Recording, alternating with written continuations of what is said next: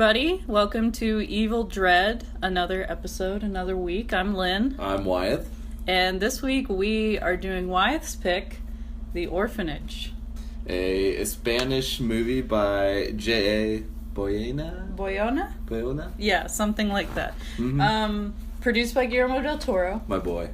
He's an angel. We're going to be talking about him quite a bit on here. We maybe even have a whole Guillermo episode planned for somewhere in the near future. So excited. So yeah, we this time we just sat down and watched it right before this. So we just turned off Hulu, and I want to murder Wyeth. I feel like that is the non-appropriate takeaway from this film. Well, it's good, but it made me very sad. If you haven't seen this movie, yeah, it's very sad. Incredibly sad. Like in a oh well, they're in a better place kind of way, but depressing as hell nonetheless. Oh, yeah. This movie kind of, for me, is part of a trilogy of Spanish ghost movies. So this movie, The Others, and The Devil's Backbone. That's exactly, throughout the whole movie, I was like, if anything, this is very similar to The Others. But yeah, the Spanish, they know how to do like really sophisticated, cool ghost stories. Really sad ghost story, yeah. And very, very creepy old houses with lovely matriarchs. And orphans. Orphans. Oh, man. Because in Devil's Backbone, right? It's they're an orphanage, yeah. Yeah. Oh, my God. So, if you have not seen The Orphanage, it's about, First of all, maybe watch it before we tell you everything that's going to happen. Because we're going to go We will always hard. have spoilers on the show. Like, that's just a blanket disclaimer, I guess, at this point. But yeah, tell us what happens. It is a mom who, well, she's now a mom, but she actually was an orphan who used to live at this orphanage, and so she comes back to it years later. She and her husband have adopted their own child, and Simone. Yeah. And now she wants to reclaim the orphanage, which has been abandoned, and so she kind of wants to pay it forward. She had a lot of fond memories there, and wants to reopen it up to 5 or 6 developmentally disabled children, which is amazing. Like, first of all, let's just say no one in this movie is an asshole, except maybe Benin. But, like, overall, like, everyone in this movie is, like, a good person who is trying to do their best. Like, they don't deserve this, like, terrible stuff. They're really, like, you know, philanthropists who adopted a young boy who had his HIV positive, and they're like wanting to open a home for developmentally disabled children. Like, this movie avoids tropes of like the disbelieving significant other. Like, even when things get like at its craziest, when they bring in like the team of paranormal experts, the husband never fully like calls his wife out. Well, at the very, very end, okay, we're getting ahead of ourselves. But that's true. We will return we'll get to the end. But yes, it's genuinely like good people who just have these terrible things happening to them, which makes them easy to like, because I feel like a lot of horror movies have unlikable protagonists. Oh yeah. Look back to last week and Jesse. There was nothing. Oh, these people are like the opposite of Jesse. They are very kind and loving to their children. Okay. Yeah, so the three of them, Laura, her husband, and Simone, the precious little boy who is the, as you noted, the opposite of the boy from the Babadook. See, like boy from the Babadook, he was a living nightmare and took me, but like halfway through the movie, I switched because he was, you know, he became likable. Oh yeah, because he helps his mom. But this kid is like sweet, just chill, loves his mama, until some ghost action starts happening. They're telling him some secrets that he shouldn't really be knowing. Simone starts telling his parents that he has new friends, and the parents just assume they're imaginary. And so they'll find like Simone whispering in a corner and whatnot. Not creepy at all. Leaving seashells, a seashell path to the house, so they lived by the beach with the lighthouse, and they went to a cave, and Simone was whispering to someone. He's like, "It's my new friend," and so she's like, come on back home," and he left a trail of seashells leading his new friend, this imaginary friend, supposedly back to the house. When they're in the cave, that scene of the footprints. Were those Simone's? They looked like they led into the cave wall. Ooh, that's what I assumed. I assumed it was supposed to be a ghost. It was supposed to be the ghost that's later on revealed to be the name Thomas. Thomas. Yes. So Laura is opening the new orphanage, so she has a big party. Right before the party, she's like, "Come on, Simone, come on downstairs," and he says, "No, I want to show you Tomas's house." She's like, "Not right now," and he starts yelling, and he's like, "My friends told me that you're not my real mom," and it escalates, and Laura strikes him. Well, we should back up right before the party. So after the cave visit, there's kind of some scenes of just kind of like building up the house. Yes. Then there's the treasure hunt scene. Yes. Okay. Thank you. I definitely got ahead of ourselves, but yeah, it was really cool. Expound on that, please. There's a big sense of kind of like a dark, not like evil dark, but like sad dark. Yeah, just like fairy tale, like a sad fairy tale sense to the story, and there's numerous mentions of Peter Pan throughout the movie, and Simone takes up kind of a scavenger hunt with his mom Laura, and so they find clues that lead them throughout places in the house, and eventually it leads Simone to unlocking the drawer with the papers that reveal he's adopted and is HIV positive. Yeah. Well, and Laura assumes that Simone has set up the scavenger hunt, but it was actually the imaginary friends, because he said that they like to play a game where they take someone's treasure, and his treasure is some gold coins he found in a park, and they'll replace it with a clue, and you go to where that clue belongs, like sand. And they go to the garden, and in the sand they find another clue, and then you just follow it to the end, and he found his gold coins as well as the file on him and his health and his adoption status. And then an older woman comes and visits the house. Her name is Benina. Benina is creepy. She is terrifying. She has like super thick glasses. She's really old, and she's like, "Oh, I'm here about Simone," and Laura's like, "Well, I didn't call you." Like, who are you? What are you doing? And she kind of just brings up the fact that Simone's adopted, he has this health issue, and that I'm not sure why she's there, other than to try and figure out what's going on with him. That gets revealed. Go on.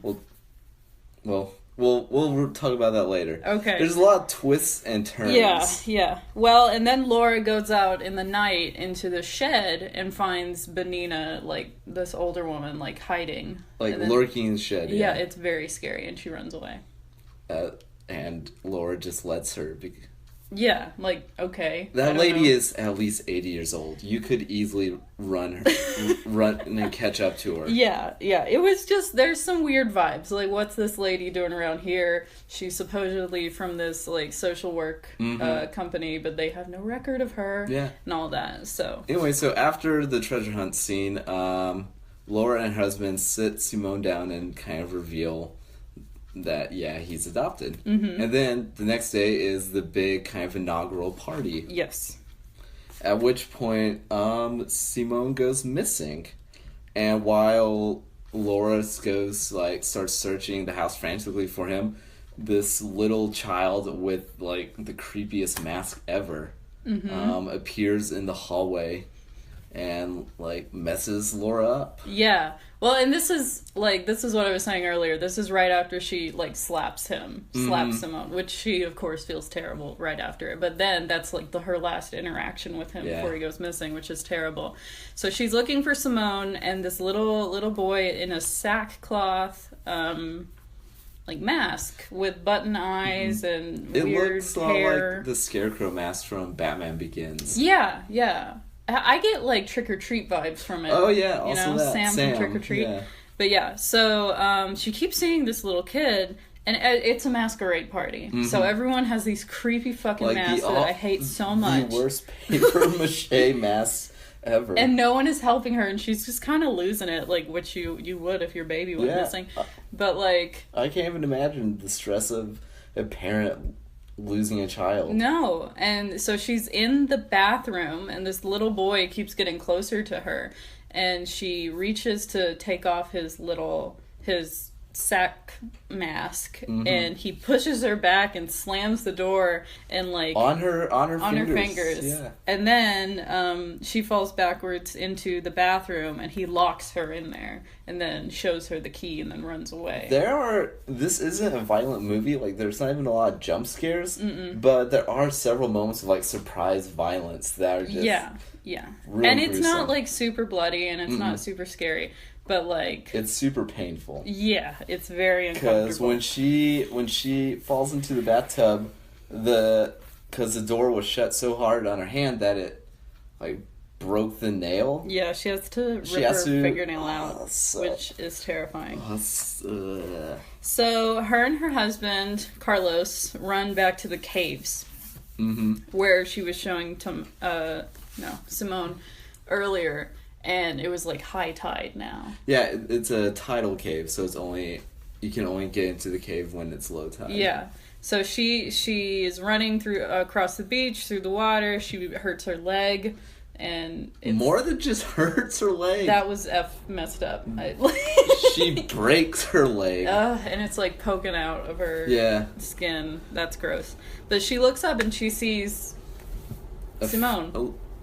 Or just some child staring at her from the cave. Yeah, and then she looks back up, and Carlos is like, no one's there. So she looks back up, no one's there. She looks again, there is.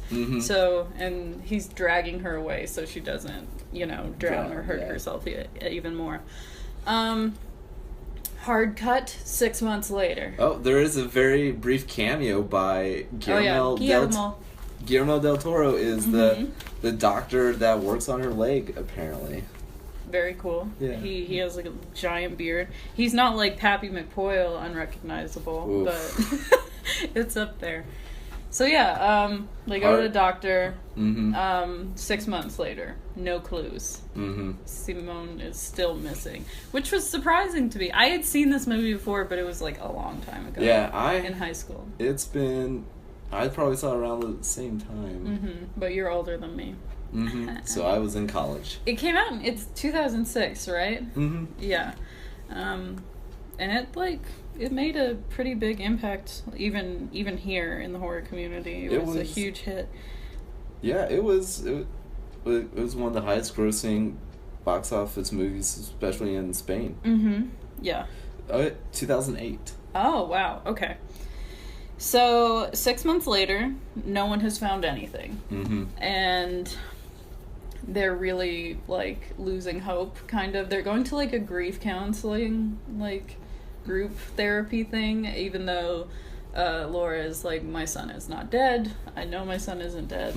All this stuff. And so they're just kind of at an impasse. When all of a sudden they bump into like, literally, kind of. They almost run over. They're at a stoplight, and a woman starts crossing the street, and it's Benina, the old woman who came and was messing around right before Simone went missing. And Laura calls out to her. Benina stops, turns around, and is promptly just obliterated by an ambulance. It was like Final Destination 1. Oh yeah, the bus just bam. Like, the end. The end of Benina. So that was scary. Her jaw, like, Laura runs over to her. Her husband, who's a doctor, runs over to her, tries to give mouth-to-mouth recitation, which was difficult because half her mouth was her jaw gone. was off. Yeah, her tongue was just like chilling in midair. But it was gross. Laura discovers. Well, first of all, Benina had a carriage. Yeah, and Laura was like, "Oh my God, Simone was in the carriage," because she was like, "Benina took my son." The carriage was underneath the vehicle, which was very scary, and she pulled at like a shoe, and it was a doll that looked exactly like the boy with the socks. The mask. Yeah. Yeah. So, go ahead. Oh, that's exactly what I was going to say. Sorry. Well, Benina also has a whistle, which is something that Laura keeps hearing throughout the house. Yeah, throughout the night. And she reaches for the whistle, and Benina comes back to life and God. Grabs at it. She's like jaw scary. like flopping against her neck. Oh God, it was nasty. So gross. Okay, so they go back to the police. Benina worked at the orphanage. Did she work, or was she just like one of the older girls? She worked there because she had the uniform on. That's right. But when Laura was at the orphanage with her friends, she had quite a few friends. Benina was like a young worker there, and her son was named Tomas. Tomas, who is revealed that he had facial deformities and always wore a mask over his head. And Laura is like, "I don't remember this boy. That's impossible." And they said, "Well, they kept him away from everyone," which is very sad. It's so sad. It's deeply depressing and disturbing. But yeah, so like the villain of the movie that you expect to be this incredibly, malevolent, scary, supernatural spirit or whatever is like a little, disabled boy. Yeah, and it's an evil, abusive mom. Yeah. Humans, the real monsters. Honestly. So, turns out the kids had dared Tomas to go into the cave, where they took off his mask and dared him to come out, and he wouldn't, and the tide came up and he drowned. Yeah. So that was who Simone was talking to in the cave. Very sad. And he had brought him back to the house. Yes, yes. So all that comes out, and it's very sad. And so since Laura saw Tomas, saw the mask in action, she of course goes to a team of paranormal experts. Yes, and I love this part of scary movies when let's get a team of people who have almost too old recording equipment. let's get the Spanish Warrens on it. Pretty much, let's get the seance lady. Yeah, there's always a seance lady who's like, I have some psychic abilities. Yeah. So there's a really cool scene in which they set up in the house, and it's very complicated, but it's revealed through the psychic that all these children were poisoned. All of Laura's friends, because Laura got adopted and never heard from any of her friends from the orphanage again. So shortly after she was adopted, all of her friends were poisoned and kept in their beds, and they were sick and dying until they eventually perished. Benina poisoned all of them for killing her son Tomas. In an accident. She burned the bodies of the children. That is the scariest. This is kind of a slow burn. Like, there's a lot of plot to get through, and that's kind of why we're but first, it builds. It does. It's great. So Laura goes into the shed where Benina was digging around earlier in the movie. Well, the kids are kind of playing with her. They're kind of sending her on a scavenger hunt, right? Because we figured out, like, about halfway through that Tomas was the treasure that they took. Yeah. And so, to get him back, she realizes she has to play their game. So they lead her to the ovens in the shed, and she finds all these, it's like a walled up, it's walled up in the back with bricks, and she breaks it down because it's very old, and she finds a bunch of sacks of flour. Or what we believed were sacks of flour. That it was just flour. One of them breaks while she's hauling it out, and she finds a jawbone of a child. Yeah, and she empties all of them, and they're just full of ashes. Leg braces and, you know... retainers. Retainers, yeah. Oh, it's so sad. And she sad. is covered in ashes, like, all over her face, and it's just so awful. It's, like, really hard to watch, actually. It is. It's very tragic. Mm-hmm. So we know what happened to the kids. Mm-hmm. It's terrible, but we still don't know what happened to Simone. Right. He's still missing. Mm-hmm. And so the police come and take away the ashes, probably to analyze. Yeah. And which point Laura asks her husband to leave her for 2 days. Mm-hmm. At which, I think if I was her significant other, and like knowing just kind of her state of mind, yeah, I would not have left. I mean, I think he was in a difficult position. Yeah. Well, everyone was emotionally compromised at that point. But yeah, that was when he kind of, we said he was a good husband, like believed her, but that was when he was like, you can't really believe this. This is terrible, but you know, he's probably gone. Yeah. Like we can't stay here. And she's like, just give me a few days. So. He does, but he shouldn't have. No, he shouldn't have.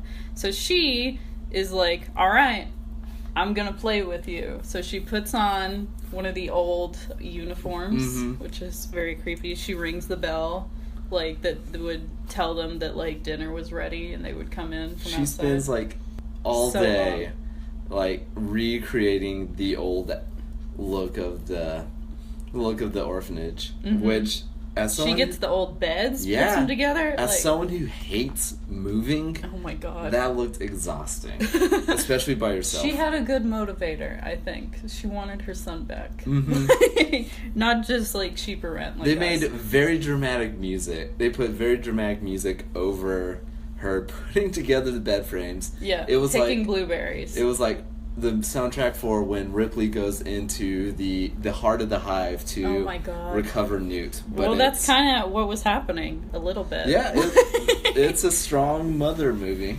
Oh yeah, for sure. So she makes dinner. She puts all the dolls that they all had mm-hmm. around the table. Very creepy visuals.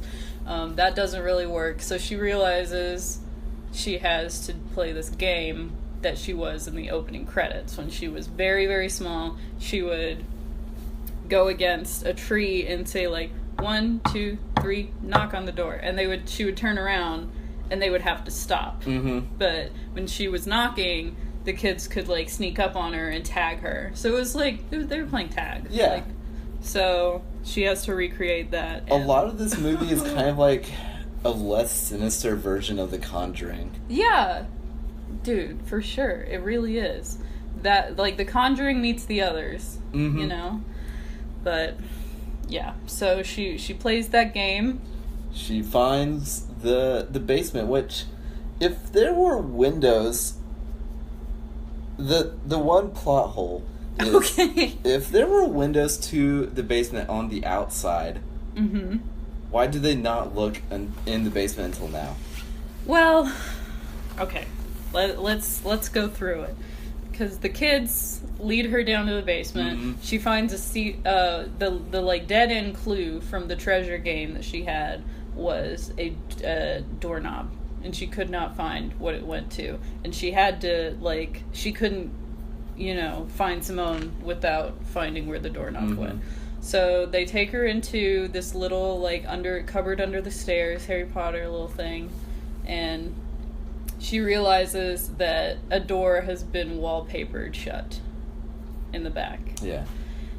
She puts the doorknob in, opens it, goes down the stairs, and that is where Tomas lived. And she finds all his drawings.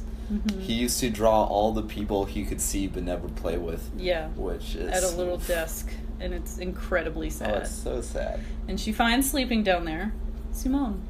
Mm-hmm. He'd been there kind of the whole time, and she found the treasure, but very short-lived. Simone had gotten accidentally locked in the basement and had fallen through some faulty railing, and he died. So he was never missing. He was just always in the house. Tomas's room And he was in Tomas's mask and outfit. So she takes off the mask, realizes he's been dead for 6 months. Yeah, since it had been so long since I've seen this, I'd forgotten a lot of the details. Yeah. But I remembered that he was down there. But I was really worried that he had died from, like, dehydration. Which I think would have made that whole thing a lot worse. Yeah. Well, I mean, he didn't look good. No. It was no very one does scary. after 6 months of death. So she kind of loses it. Mm-hmm. She like cradles his body, takes him upstairs, sits in a rocking chair, and ODs. Yep. Might as well put an Elliott Smith song on. Oh God. So she takes a bunch of pills. And she wakes up and Simone's alive and all the kids are there. All the children from the orphanage. And they're like, take care of us forever. Come on, we love you. This is Lost Laura. Boys, yeah. And oh God, it was very beautiful, very sweet, but like all I could think of was her and Simone IRL just like dead, waiting for Carlos to find them. Yeah. And so the ending shot is Carlos coming back to the house and finding the gold coin. Well, it's not. I don't think it's a coin. It's a pen. It's like a pendant. Oh, charm. it's her saint pendant. Yeah, he gave her a Saint Andrew's necklace to protect her. I forget what saint it was, but I read some blurb that the saint is the patron saint of lost items. Oh wow, that's cool. That's really cool. I like that detail. So yeah, it shows their grave in memory of Laura and Simone and all of these goddamn orphans who died. Like, it's super dark. I'm very sad. It's a very melancholy ending. Yeah, because Carlos, a door opens for him in the house and he smiles. It looks like a warm breeze is coming in. Yeah, it looks like he's accepted that he knows they're at peace. Yes, but also they're dead. Yeah. I feel like my thing is in movies when a ghost spirit or whatever is just come join me. It's always a threat, you know? Mm-hmm. So to living people, I'm that's not the best option. I wish they could have, Yeah, I think a lot of the times, especially in American horror films, a ghost asking a living person to come to the other side is supposed to be scary and it's dark. Menacing. But this movie to me is a lot more not light. It's not a light movie. Mm-mm. But it's more an optimistic view of death and dying. It's kind of like in Pan's Labyrinth, where she dies and goes into the kingdom that was promised her. Yes. And that's lovely, and I think it shows a difference between our perception of death, which is incredibly taboo to talk about and it's weird dark and uncomfortable, scary. And it's always the fuel for horror movies, and not every culture thinks that. Yeah. Thinking about The Book of Life, which is a kid's movie, but it's all about, Mexican Day of the Dead, Dia de los Muertos, and how positive it is. And it's nonstop partying, and it's fine. Dying's not a big deal in other cultures. Not to say this movie isn't scary, because it is. There are some very creepy moments. It's not. It's about what happened, when they were alive. That's the most scary. Yeah, to be honest, suicide is never the option. But at the end, it was Laura becoming what she was always supposed to be, a caretaker. Yeah.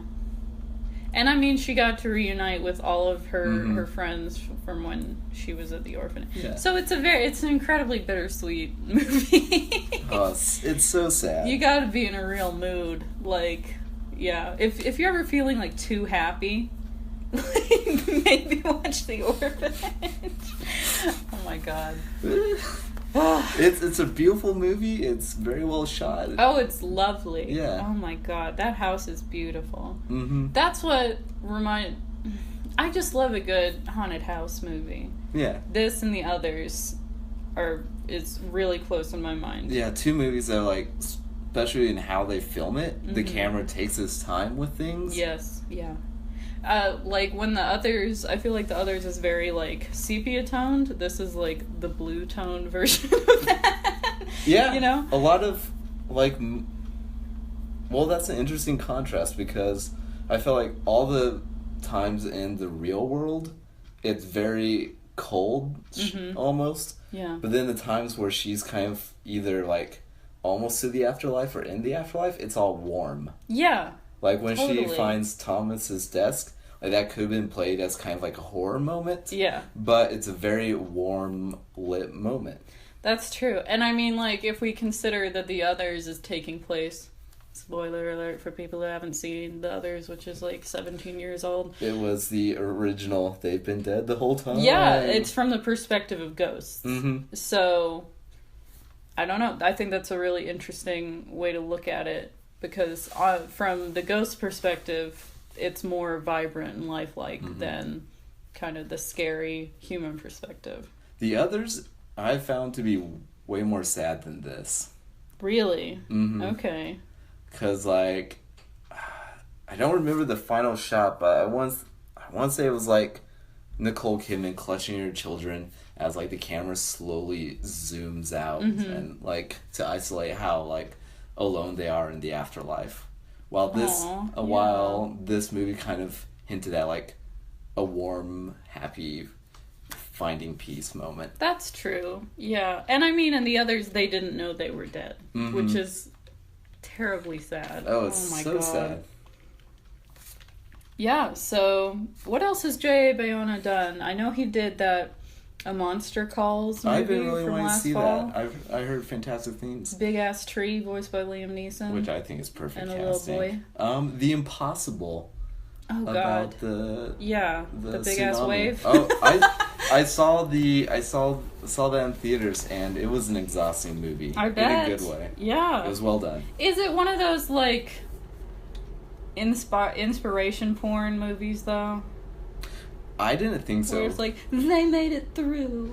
It was more like, oh my God, thank God they made it. I didn't feel inspired afterwards, but you, like, really rooted for them. Okay, that's cool. And I do love Naomi. Mm-hmm. She's an angel. She deserved her Oscar nod for that. Oh, sweet. She went through a lot of horror in that movie. Mm-hmm. He's also directing the next Jurassic Park movie. Oh, okay. And I think he will do a lot better than Colin Trevorrow. Colin Trevorrow is digging his own grave. He's been failing upward for a while now. I'm very wary of Star Wars Episode 9. We need to watch Book of Henry, though. No, yes, we don't. do. Yes, we do. Dude, I couldn't make it through the trailer. It's supposed to be so bad. It's I know. supposed to be the new Odd Life of Timothy Green, which we gotta see. Why are you recommending these? These are the true horror movies. You guys, okay. I may not have mentioned this before on this podcast, but I am obsessed with bad movies. I think they're amazing. I watch a lot that they recommend on How Did This Get Made, my favorite podcast ever. I watched Hard Ticket to Hawaii the other day, like on YouTube. Dear God. There are tits in that movie, like constantly. On YouTube? Don't report it though, because it's a good movie and you should all watch it. It's terrible. Anyway. I love bad movies. Yeah. Book of Henry. J.A. Bayona. Bayona is going to do fantastic with Jurassic World Dark Kingdom, whatever it's called. Oh, God, okay. That sounds like the lost Jim Henson movie from 1988. Oh my God, I would watch that. The Dark Kingdom. They're making a Dark Crystal prequel on Netflix. I've never seen that movie. I only watched Labyrinth like 2 summers ago. Like, I've never been big on it. Are you not a Jim Henson person? I like him. I'm not like, I don't go too hard for him, you know? I like Kermit. I love the memes that he gives us. Some quality memes. When I was growing up, we had one episode of The Muppet Show on VHS. And I think this like makes so much sense when I look back on it, but it was the one hosted by Vincent Price with a musical guest, Alice Cooper. Oh man. So I watched that a lot. Jim Henson had a very dark sense of humor. Yeah, like dude, Labyrinth is fucked up. Yeah, Dark Crystal. And even in the non-Sesame Street things, like, characters are constantly getting eaten alive. Yeah. And as a child, that terrified me. Oh my god. Okay, what were we talking about? I think... Jay Bayona? Yeah. Oh, I wanted to say, like, Spain has some amazing filmmakers. Oh, I love Spanish horror. I think they've produced some of the best horror in the past decade. Rec. Rec 1 and 2. We don't speak about 3 and 4. I haven't seen number 2. I saw number 1 in a film class that I took, and it was so scary. Oh, it is. It was scary to watch. We had, like... It was a projector, and I sat in the front row because I like to be able to get out immediately when the movie ended. Not have to wait on all these dumbasses. So, yeah, I was, like, up in that, like, naked... deformed person's grill in the attic or whatever. I did a double feature, Rec 1, 2, and they Rec 2 starts immediately, right? Yeah. My ex-boyfriend told me that Rec 2 is like amazing. It's so I haven't good. Seen it. It's even scarier than the first one, I thought. Yeah, and who is Andre Muschietti? Spanish or Italian? What has he done? He did Mama, which Guillermo produced. I think he's Spanish too. You know what? If only we could look it up. If only we had computers in our pockets. The gift of technology. Yeah, but I mean, I thought Mama was amazing. I thought Mama was very underrated. I agree, and like the practical and CGI effects. A lot of people did not amazing. realize that the titler Mama was largely practical effects. That's a good thing, I think. Like, that's how it was with Crimson Peak. Like, 90% of the effects were practical, which is great. But, like, honestly, just hire Doug Jones and he'll make it, you know, look fake. It wasn't Doug Jones in Mama. No, it wasn't, but I meant in Crimson Peak. Yes. And basically everything else. Doug Jones is a real gift. He was Billy in Hocus Pocus. Oh, that's right. So he's been with me for quite a while. But yeah. It's awesome that this is produced by Guillermo because I feel like he gives directors their chance. Anyway, real quick. Muschietti? Andres Muschietti is from Argentine. Oh, okay. Cool. Well, it's really cool that Guillermo del Toro is giving these young directors, like, the chance to show their stuff in kind of smaller movies that he produces. And then, if you have a name like Guillermo del Toro, it's, like, much easier to get distribution and picked up and all that stuff. So he's been really great about championing like the Spanish and Latin America film scene. Like he's good friends with Alejandro Iñárritu. Yes, Iñárritu. And Alfonso Cuarón. So the big three. The big three. Oh my god, I love them. So yeah, Guillermo also put his name on Who's Afraid of the Dark remake. Yes. Wait. Scary Stories to Tell in the Dark. What?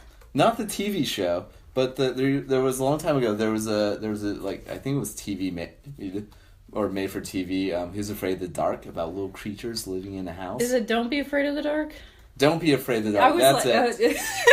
Yes. Okay, but he's also in development on Scary Stories to Tell in the Dark, which is based on the books that I could never read because the illustrations the amazing so illustrations. But there's also some like show in the 90s that was terrifying. Don't be Are You Afraid of the Dark on Nick. So these three are very confusing. They're all different things. But anyway, I found the remake of Don't Be Afraid of the Dark to be decent. Katie Holmes, right? Yes, I feel like Katie Holmes, her acting kind of torpedoed the movie for me. Okay. She was going through a lot of that time. Yeah. You know? But yeah, Guillermo's like one of our patron saints around here. Mm-hmm. We love him to death. If there was a patron saint candle with him on it, I'll make you one, I would light that candle every night. Hell yeah, pray to it. Mm-hmm. Get your little, like, St. Andrew pendant, like, in the Orphanage. This one goes out to you, Guillermo. Yes, I love you, Guillermo. Yeah. Unproblematic fave. Exactly. Ooh, you ready for that Shape of Water, though? Oh my god, yes! Go and get down with that fish man. Yes. There's this screenshot for Mr. Show going around, and it's David Cross, like, leaning back and going, "I'ma fuck me a fish." And it says The Shape of Water 2017, director Guillermo del Toro. Like, I know it's both Doug Jones and Guillermo have come out and said it doesn't have anything to do with Hellboy. Yeah, but that's Abe Sapien, though. That's 100% Abe. He took the fan fiction that we were all writing about Abe Sapien and Sally Hawkins, weird crush, and Michael Shannon, and he, made it a film. Mm-hmm. He's been there for us when no one. And I'm sure Octavia Spencer will be a delight. As hell always. Yeah! Oh my god, that movie! I'm gonna lose it. I'm for that so movie. excited for that. I follow this person on Tumblr, and she works in Toronto on film sets, and she worked on that one. And she said Michael Shannon just like sat by a tree and like wouldn't talk to anyone, and the whole crew was like kind of afraid of him. I believe but he was a really nice guy. I've heard if you actually talk to him. Oh my god! So yeah, that movie's gonna kick my ass. All right, same here. I love it. Give me some ASL Fishman romance any day of the week.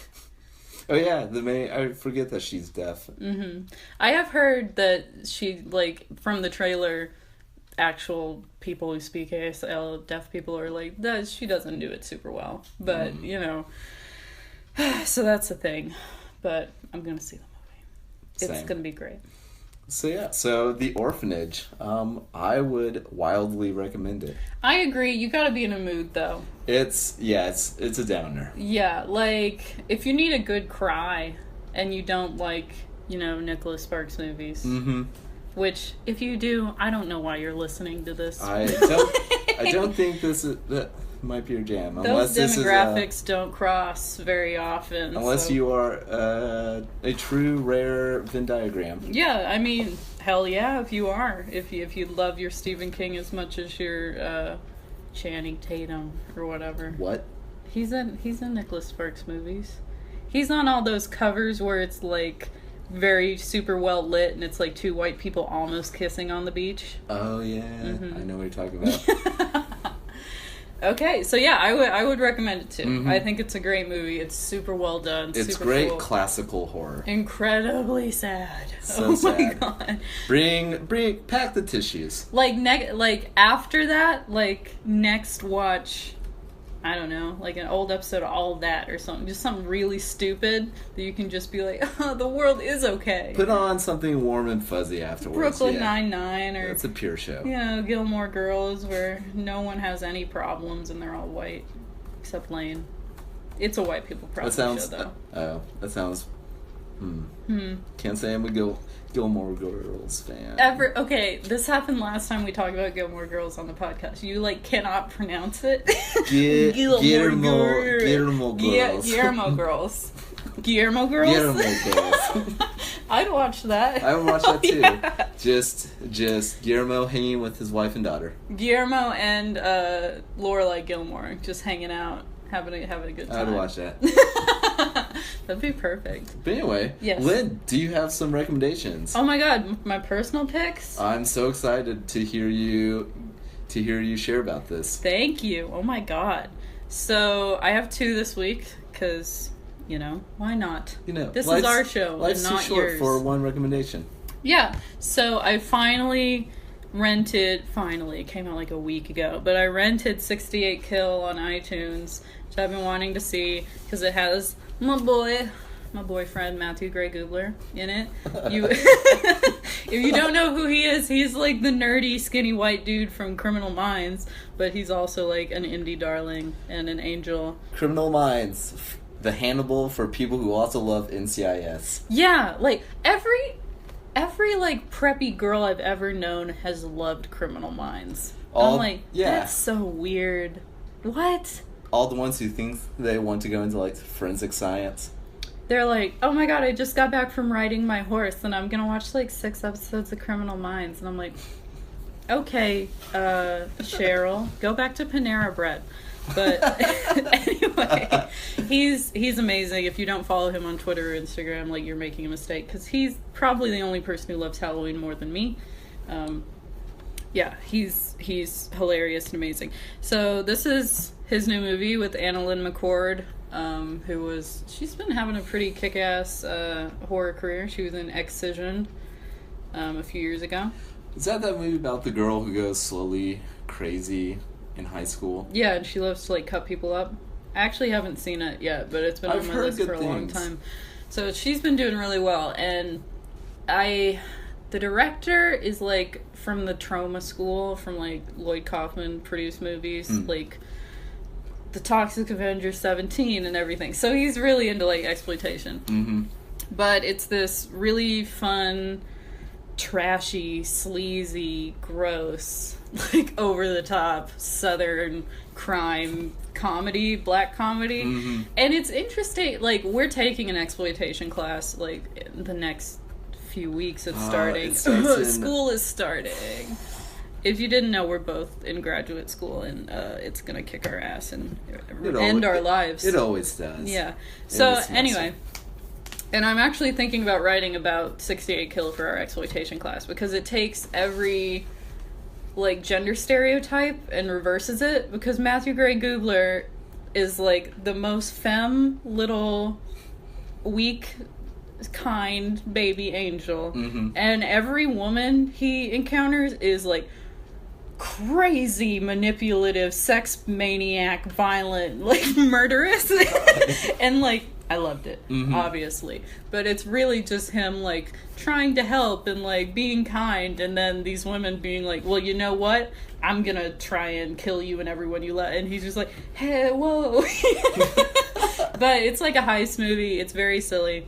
If you're into exploitation and, you know, black comedies and crime movies and stuff, it's a fun one. It's pretty short. It's on iTunes. Mm-hmm. I spent like $7 and I get it for a whole month. So yeah, man. It's worth a watch. Hell yeah.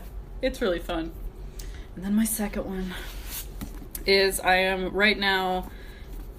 started Ghost Road Blues, which is a Pine Deep novel, which is apparently a series from this guy Jonathan Mayberry. And it is about a town called Pine Deep that is famous for their, like, huge harvest, like, hayride haunted attraction. And it's, like, the most haunted town in America or whatever, which, of course, I'm, like, already, like, aroused by. Is the carnival called Carnival? Like the amazing arcade shooter of old? I have no idea what you're talking about. What? You never went to, like, bowling alleys or... I had a Simple Simon's Pizza in my town, and they had, like, 3 games, and one was Pac-Man, and one was, like, air hockey. I remember... So no. No, it's this old arcade shooter, and it was set in, like, a haunted carnival, and was, like, super gory and over the top in a really, like, aesthetically amazing way. Like, everything... Well, that sounds amazing. Like, I did not frequent arcades. I grew up in a very small town with nothing to do, so, like, I wish I did. Well, I'm sure you could just find a clip of it on YouTube. Hell yeah. This is my thing. Yeah, man. Okay, so there's, like, this town called Pine Deep. It has this, like, haunted attraction that's, like, huge every year. And I'll just read you a little bit of the back, because, oh my god, the plot is really cool. 30 years ago, a blues musician called the Bone Man killed the devil at the crossroads, only to be beaten and hung like a scarecrow in a cornfield, or so the story goes. Today, the people of Pine Deep celebrate their town's grisly past by luring tourists to the famous haunted hayride full of chills and scares. But this year, the spookiest town in America will learn the true meaning of fear. And I've been sending, like, pictures of paragraphs to Wyatt, and it's, like, the most aesthetically pleasing spooky prose I've ever read. It's so cool. Like, the scene where the Bone Man kills the devil is so well written and he kills him with, like, the guitar neck from his like great grandfather's blues guitar. It's so cool. Kill him with the blues. It's so rad. I love it. The only thing is, this person, John Mayberry, like, much love and respect for you, John, so far, but, like, please never write a woman ever again. Like, it's very... like, the only woman so far in the book has been a sexual object, and I had to read a lot about her boobs, and she doesn't talk like any woman I've ever met, and I am one. I feel like if it's not a sex scene, you don't need to describe boobs. Exactly. It's like... Malcolm woke up and saw her getting ready in the bathroom. He had to pretend he was asleep because if she knew, she'd cover up immediately. And I'm like, all right, thin line. That's very right voyeuristic. now. I mean, and then it just got worse from there. But in terms of plot and writing and description, 110%. Mm-hmm. In terms of writing women as people, maybe not so much. But I'm gonna give it a chance. I'll probably finish it. It sounds kind of like something Wicked This Way Comes. Yes. I'm excited about that. I that's been on my to-read list for a long time. I started it. I own it, but I never got around to finishing it, which I regret, because I hate not finishing books. Well, Ray Bradbury was apparently a huge fan of this guy and knew him as a kid, and he was like, I knew he would do great things, and he did great things. So, you know, he's in good company, I guess. Okay, so yeah, my recommendations are Ghost Road Blues with a caveat, and Goobs. Oh yeah, 68 Kill. I really can't remember anything today. Anyway, go ahead. Your turn. Well, my recommendation is also twofold this week. Well, it's not really two things. It's more just one thing, and I'm really excited about another thing. 1.5 things. Pretty much. So on Friday night, Anna Louise and I and my friend Tatiana and a bunch of other people went to see Annabelle Creation. And what I was excited about even more than the movie was the 4-minute preview of It that plays before the movie. I didn't know that was... I saw it online, but I didn't know it was playing before Annabelle. Why didn't it play before The Dark Tower? Well, because probably no one saw it. Okay, anyway, go ahead. Unlike last week, did you see The Dark Tower? Yeah, hell yeah, I saw Dark Tower. Okay, I need to talk to you about that later, because I couldn't bring myself to go see it. Oh, okay, Jesus. All right, anyway, go ahead. Anyway, the 4-minute preview was terrifying. Oh my God. It was the scene where Georgie runs along in the rain with the boat, and the boat washes down in a storm drain, and Pennywise, the clown, is there. And Bill Skarsgård does a fantastic job in that scene. Yeah, I told you before, I watched that on Tumblr in bed at like 1 a.m, and I was like holding my phone like at like a 45-degree angle away from me. I was like, because like, you know, it cut off right before violence happens. Right before he rips off his arm. Yeah. And I didn't expect it to cut off before that. It was so scary. I'm so excited about that movie. You know who directed it? Andre Muschietti. That's why I brought him up. Really? Yeah, he directed Mama. And apparently he's Argentinian. Argentinian, yeah. The film, it looks amazing. Yeah. It's the same cinematographer as Oldboy. Yo! Oh my God. Honestly, it looks beautiful. It is giving me nightmares. I have been having nightmares about this movie. Like, where is it a situation where you get so excited about a movie it's in your dreams? No, like, it's a situation where I don't realize I'm scared of it until it is in my dreams. Oh no. Also, like, I'm incredibly... That little Finn Wolfhard boy, he looks like me. We both have, like, you know, chin-length, wavy, dark hair, and, small eyes, and big cheeks, and we look very similar. Yeah. So I want to protect him, and he's in that movie. So I had a dream the other day that I was trying to protect my little doppelganger. Oh no, that sounds so stressful. I was like, "You're not gonna kill small me, no."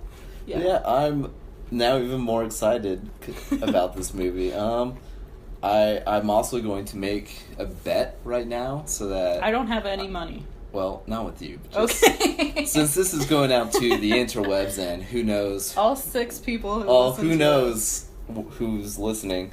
But as soon as this movie comes out, all the critics are going to compare Bill Skarsgård to Heath Ledger. Ooh. Unnecessarily. I can see that. Definitely. Just, he does such a great creepy clown performance. It's just like Heath Ledger. I don't know. I feel like it's fundamentally different in terms of the role. Mm-hmm.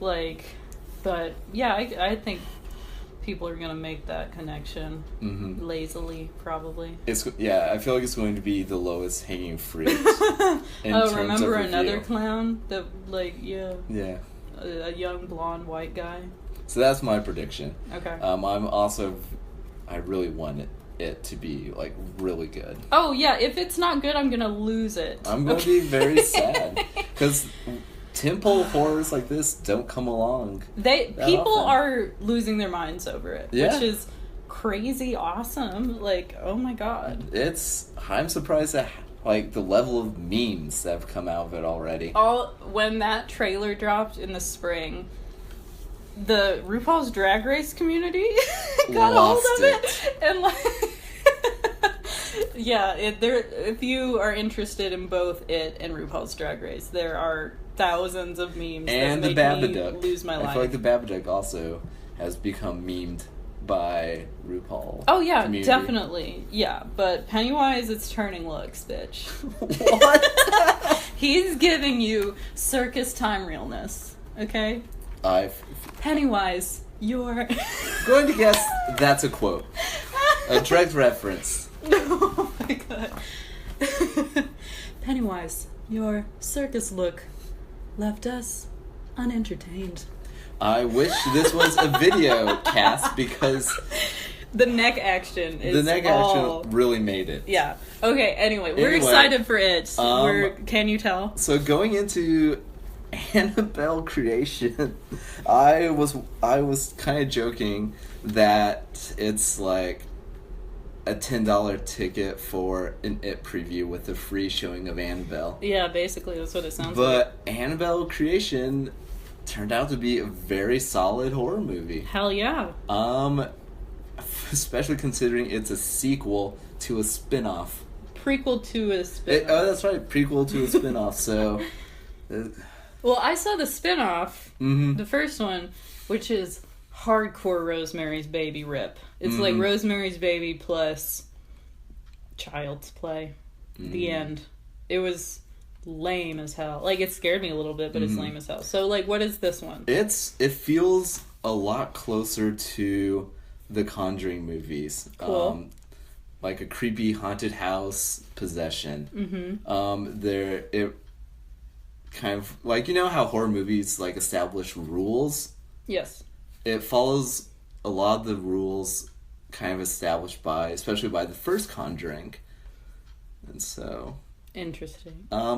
Character-wise, it's a group of orphan girls. Sounds familiar. Orphans. Moving into this house in the middle of nowhere. No, thank you. And of course, they go poking around where they shouldn't and discover the doll, Annabelle.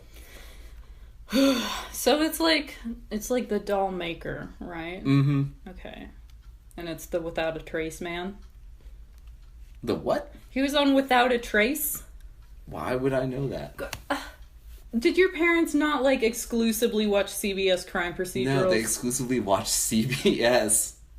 I grew up on Antique Roadshows and Kim Burns documentaries. Do you mean PBS? Yes, I said PBS. No, you didn't. You said CBS. Sorry. Well, anyway, so no, I did not grow up on those procedurals. But anyway, this movie is there's not a lot of CGI. Everything is very grounded and everything feels like it could be easily done. Practically? Yeah. That's awesome. Yeah. I think audiences are probably more than a little burnt out on CGI horror. Last year with a Ouija 2. Yes, Mike Flanagan. Yeah, my boy.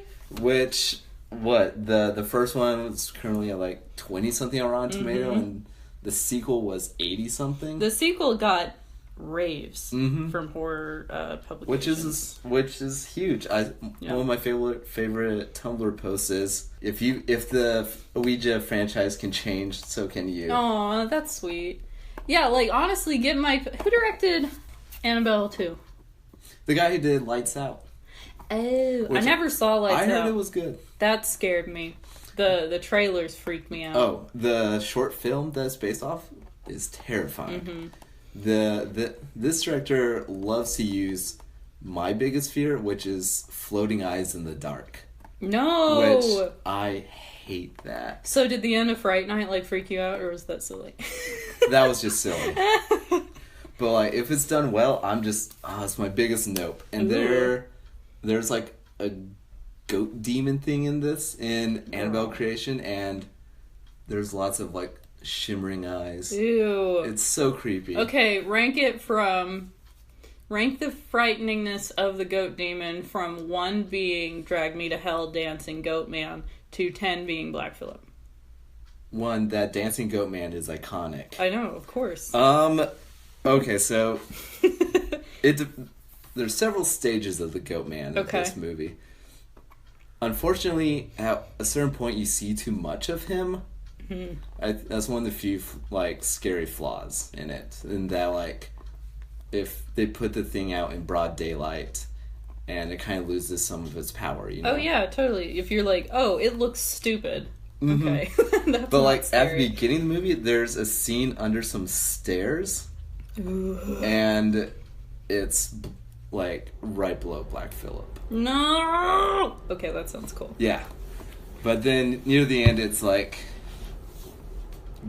a poor man's Jeepers Creepers. Oh, okay.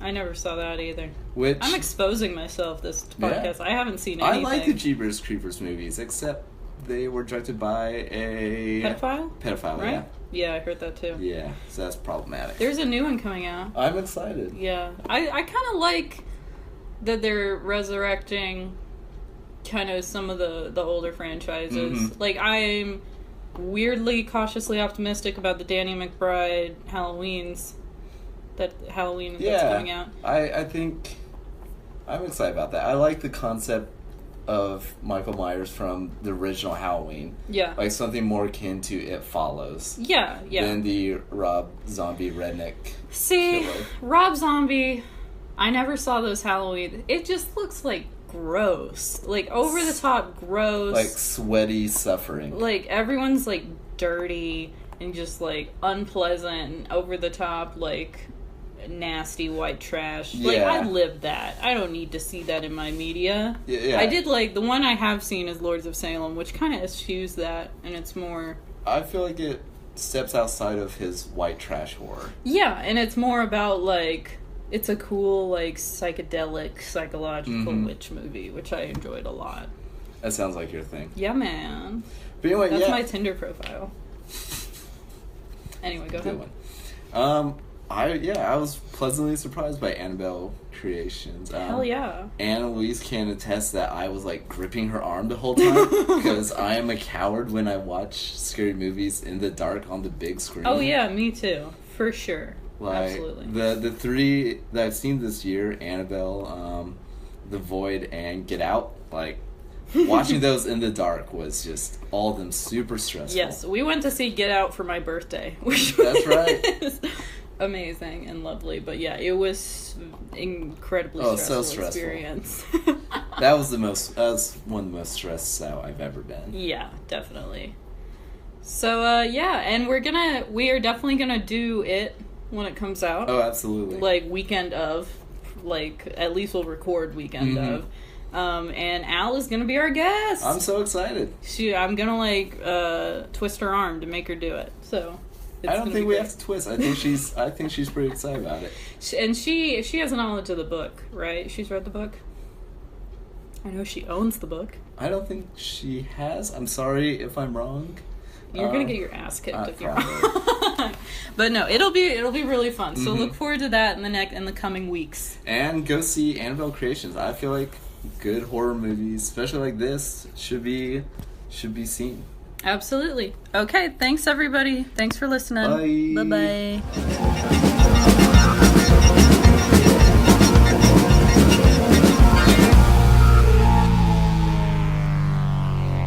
Clearly behaved like a man demented, obsessed, utterly lost.